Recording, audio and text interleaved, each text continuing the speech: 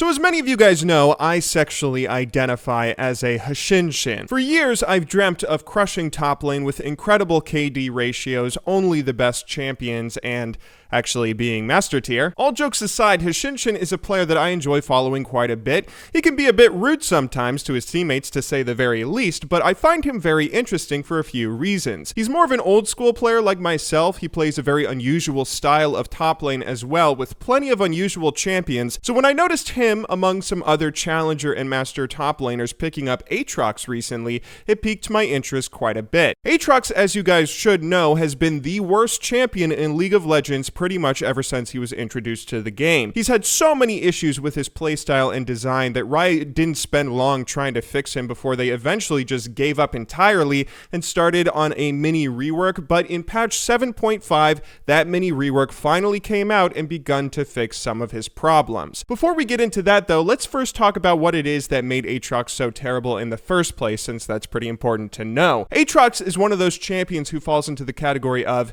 I do something for my team, but every other champion in my role does it better, so why would you ever pick me? He's technically classified as a diver, and when you look at the other divers top lane, you can see just how bad he is. Champions like Aurelia and Renekton outclass him in almost every way possible. They deal damage much quicker than he does. They are much more tanky, having more movement, more reliable CC, and a much better ability to dive. A lot of these problems come from Riot trying to give Aatrox stuff to make him good, but not being able to make those abilities actually good on their own, if that makes any sort of sense. Like his Q, for instance, Dark Flight, is a pretty good ability in concept. It's basically a mini Malphite ultimate when you think about it, AoE knockup and great engage, but Riot can't actually make the ability that good in terms of the distance or the knockup radius, because then it would be way too strong. Then it would be Malphite's ultimate on a Q, so instead it becomes a very underwhelming ability with all the nerfs that they have to impose around it. It's a very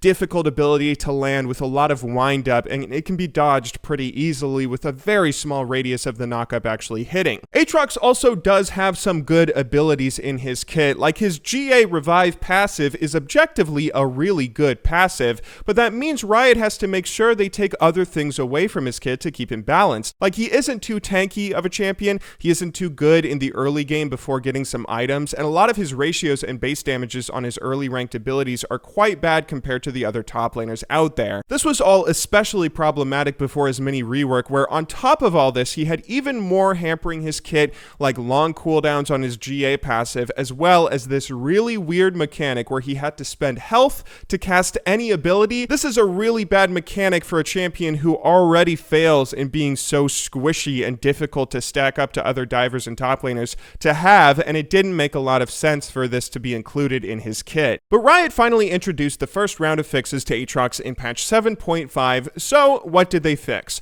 Well, it's important to note that Riot didn't just buff Aatrox with straight numbers or anything like that. They fundamentally changed some pretty key abilities in how he's played. For instance, the biggest and most complicated change was to his passive, Bloodwell. You see, previously Bloodwell was used for two purposes at once that often found themselves conflicting. It gave Aatrox his GA effect when he was taken to 0 health that would heal him for a certain amount depending on how full the bar was, but that Bloodwell resource bar also served as an attack speed buff that grew depending on how full the bar was filled, so this led to some pretty awful situations, like if you died, your GA was activated, draining the Bloodwell, but then you would come out of the GA with a ton less attack speed, meaning you couldn't really fight back against whoever it was that popped it killing you. Your only option was to run away. The new Bloodwell passive changes a lot. Firstly, when it's filled, it doesn't give attack speed based on how full the bar is. It instead gives you a big attack speed bonus and attack damage bonus, launching you into a frenzy mode type thing for a few seconds when it's maxed out. It also lets you prolong that buff if you're in your ultimate and constantly dealing or taking damage, meaning you get a much bigger power spike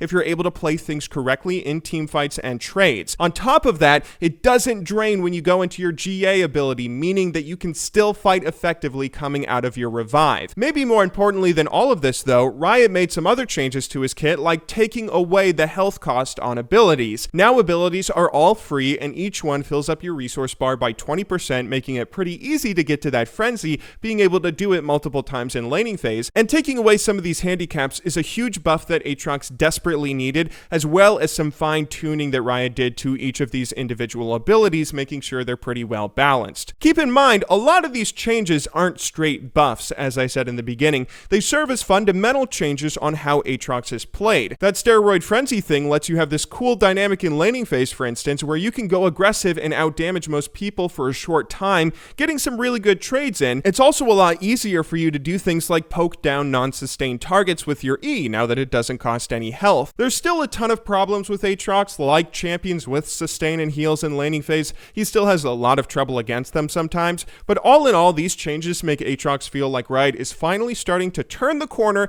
and make him into a real champion. But back to the original question, is he actually good now?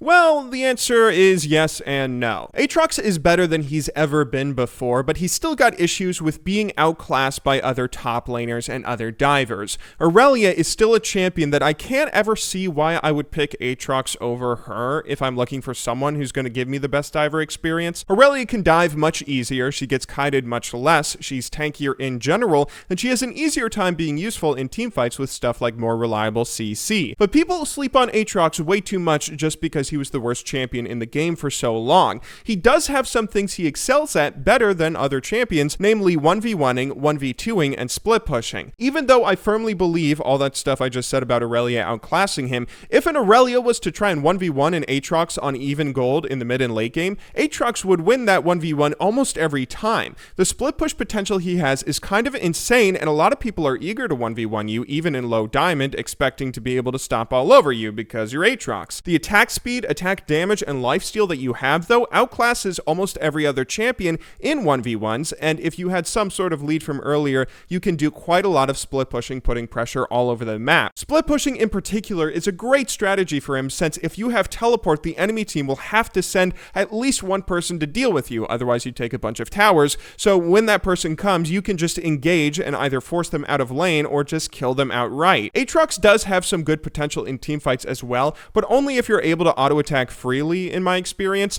meaning that if you have a team that consists of a few supportive champions, like maybe Janna or Ivern, then you can get a bunch of shields and have a bunch of help where you focus down enemy champions with CC, making it easy to lock them down and get all your damage off. But on the other side of things, if you don't have those champions helping you out, it'll be really easy for the enemy team to blow you up. All they need to do is stun you, and suddenly you can't auto-attack or do much to get your kit working. In that sort of situation, you're going to get melted incredibly quickly, and you're just going to have to pray that you manage to activate your passive so you can possibly make it away on a revive. Only going deep if you have that supportive team focused on you, and otherwise if you're on your own trying to prevent yourself from getting crowd controlled and focused. That's all super important when playing Aatrox. In summary, I'd say Aatrox isn't actually all that shit anymore. He's not super great, but he does lend himself to a very specific kind of playstyle now, and you'll find lots of success if you can understand it inside and out. You should spend some time getting used to it in normal games and making sure you understand it, since if you play him like any of these other divers,